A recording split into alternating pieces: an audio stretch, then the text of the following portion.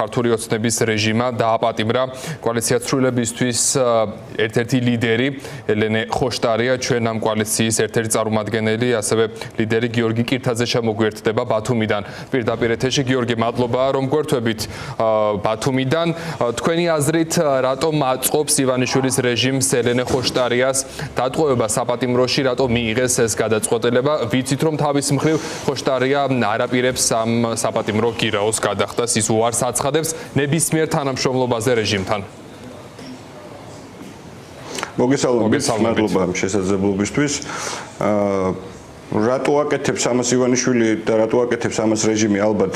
გასაგებია. რეჟიმი ცდილობს ყველა იმ ადამიანის იზოლირებას, ვინც მის ძალაუფლებას, მიტაცებულ ძალაუფლებას რაიმე ფორმით უქმნის საფრთხეს და რა თქმა უნდა, ელენე საქართველოში ერთ-ერთი ყველაზე აქტიური პოლიტიკოსია და მათ შორის იმ ნაწილში, როცა საუბარი გვაქვს ჩვენ ახლა ქუჩიდან საპროტესტო აქციებით, მშვიდობიანად რეჟიმის წინააღმდეგ ბრძოლაში, ეს არის ერთ-ერთი ალბათ მოწინავეც კი, ხო, ამ ნაწილში. ამიტომ ელენეს იზოლირება რეჟიმისთვის იყო მნიშვნელოვანი ამბავი, ზუსტად ესმოდა და იცოდა რეჟიმმა, რომ ელენე არაპირებდა არანაირ თანამშრომლობას მასთან, ის არ გადაიხდიდა იმ საპატიმრო გირაოს, რომელიც მას შეუფარდეს, ასე რომ ყველაფერი იყო ლოგიკური, წინასწარ გათვლილი იყო, რომ ელენე ხოშტარია უნდა ყოლოდა ციხეში რეჟიმს და საბოლოო ჯამში რაზე დაიჭირა რეჟიმმა, კარგად რო გვესმოდეს, აი მე ხა ბათუმის ოფისიდან გერთვებით და ალბათ ერთ წელიც არ იქნება გასული, მას შემდეგ რაც ჩვენი ოფისის ფასადზე ბევრად უფრო მძიმე დაზიანებები განახორციელა ქართული ოცნების აქტივისტებმა, ვიდრე ელენემ გააკეთა ხო წარწერა რუსული რეჟიმი კალაძის ბანერზე. იგივე მოხდა საქართველოში უკლებლი ყველა ოფისზე, რომელიც გვეკუთვნის ჩვენ, სხვა პოლიტიკურ პარტიებს,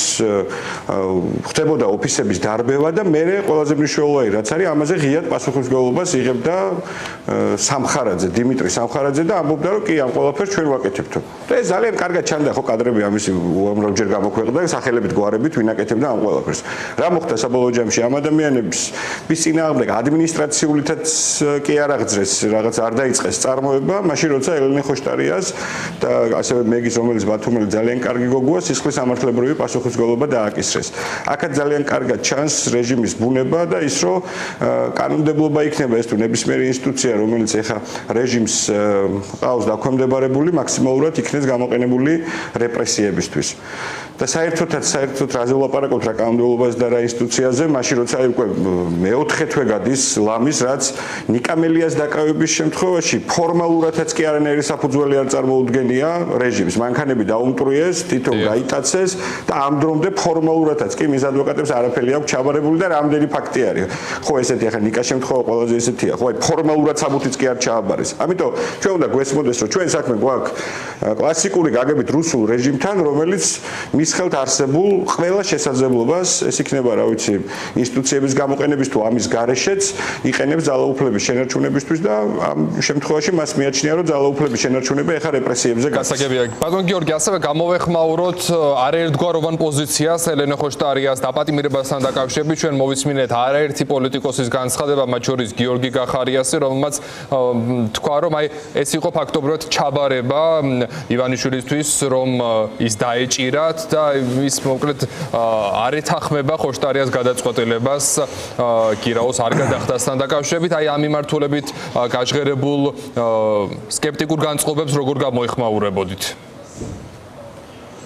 არ მომისმენია გახარიას განცხადება, მაგრამ რასაც თქვენ მეუბნებით, ეგ თუ თქვა, ხო ლოგიკურია გახარია ამ განცხადებებს ალბათ ეხა ბერლინიდან აკეთებს. სადაც მას რეჟიმის წინააღმდეგ ბრძოლა ესე წარმოუდგენია. ჩვენი კოალიციის ლიდერებს და ჩვენ კოალიციას რეჟიმის წინააღმდეგ ბრძოლა წარმოგვიდგენია სხვაგვარად. წარმოგვიდგენია ისე, როგორც ვაკეთებთ და ამ ბრძოლამ შედეგები უკვე მოიტანა. ის რომ არ თანამშრომლობა და წინააღმდეგობა რეჟიმთან არის მთავარი ამბავი, რაც ჩვენ ახლა გვჭირდება, ამის შედეგია ზუსტად ის, რომ ქვეყნის მოსახლეობის უმრავლესობა შიგნით არ აღიარებს ბიძინა ივანიშვილს როგორც პოლიტიკურ პარტიას ან ხელისუფლად და მას აღიარებს რეჟიმად, რომელსაც მიტაცებული აქვს ხელისუფლება და ასევე საგარეო მიმართულებითაც ეს არის რეჟიმი, რომელსაც არ ართმევს ხელს არც ერთი დემოკრატიული ქვეყნის წარმომადგენელი და მიმაჩნია რომ ეს არის მნიშვნელოვანი გამარჯვება ქართული ხალხის და ამაში თავისი წვლილი და საკმაოდ დიდიც რა თქმა უნდა შეიტანა სწორედ ჩვენი პოლიტიკური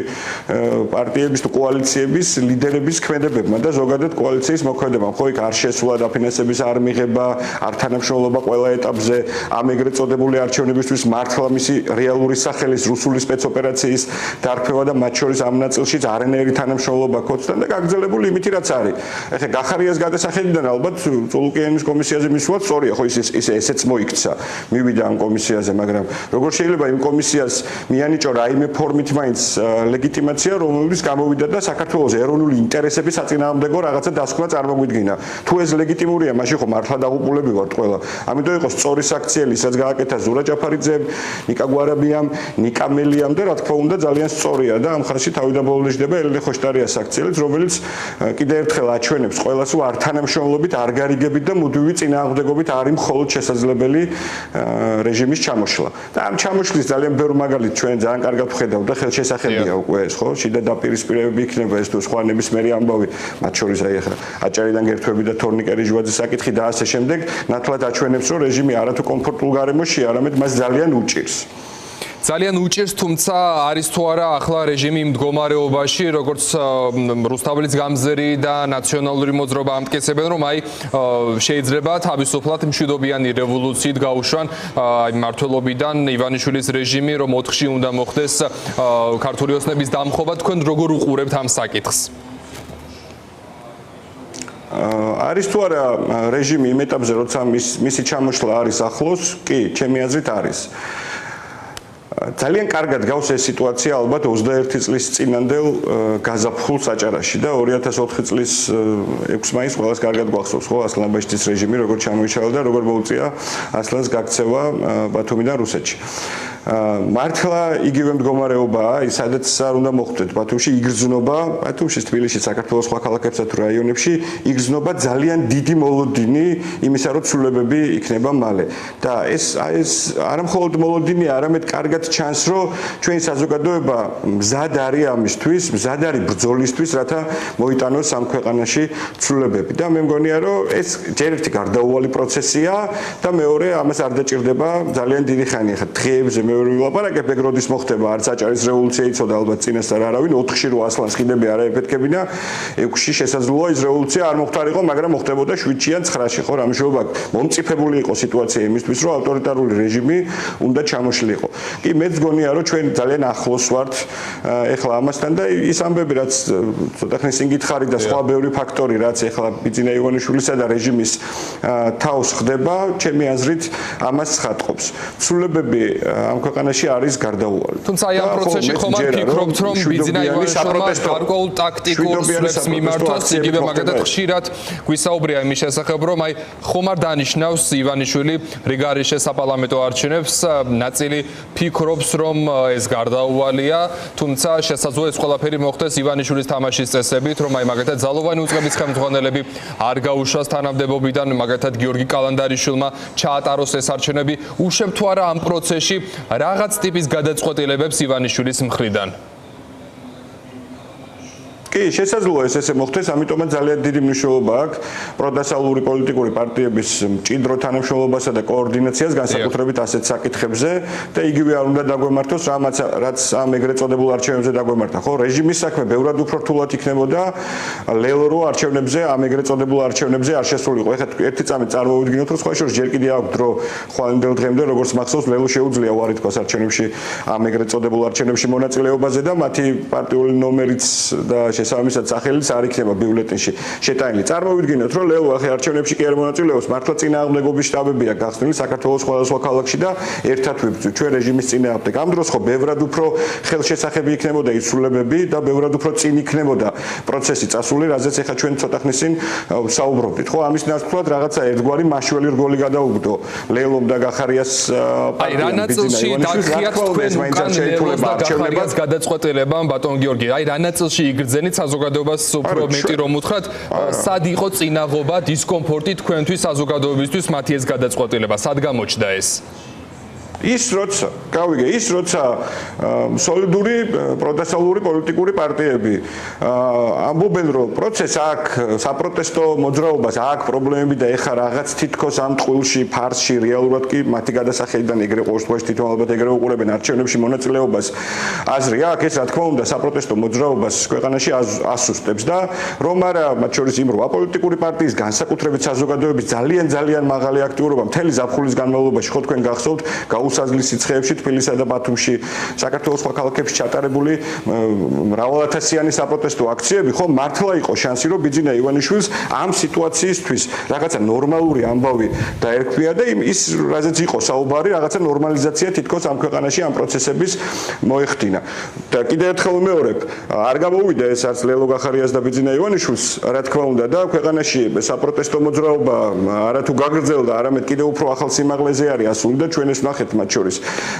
13-ში ჩატარებულ აქციაზე ვნახავთ უახლოეს დღეებში ასევე დაანონსებულ აქციაზე ასევე ვნახავთ 4-შიც და საბოლოო ჯამში როცა ლელოს წარმომადგენელი აი ცოტა ხნის თქვენთან ჩართვაზე პირდაპირ გეუბნებათ რომ მათაც მიაჩნიათ რომ მხოლოდ ქუჩაში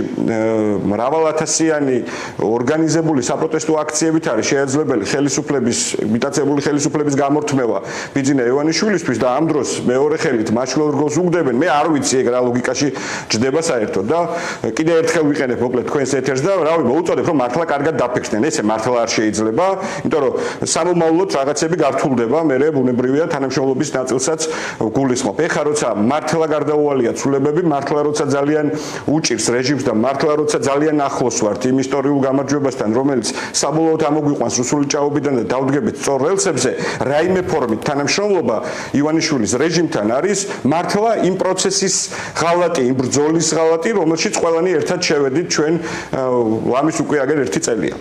კი ბატონო და ასევე კითხავთ ლევან ხაბეიშვილის დაკავებაზეც თქვენი აზრით ეს რითია განპირობებული და ასევე ვისაუბროთ იმ ბრალზეც რასაც ედავებიან ხო ნაციონალური მოძრაობის პოლიცსაბჭოს თავმჯდომარეს შეიძლება თუ არა ვთქვათ სასახად რომ ქართულ ოცნებას განსაკუთრებით მართლაც ეშინია ხალხის ძალის და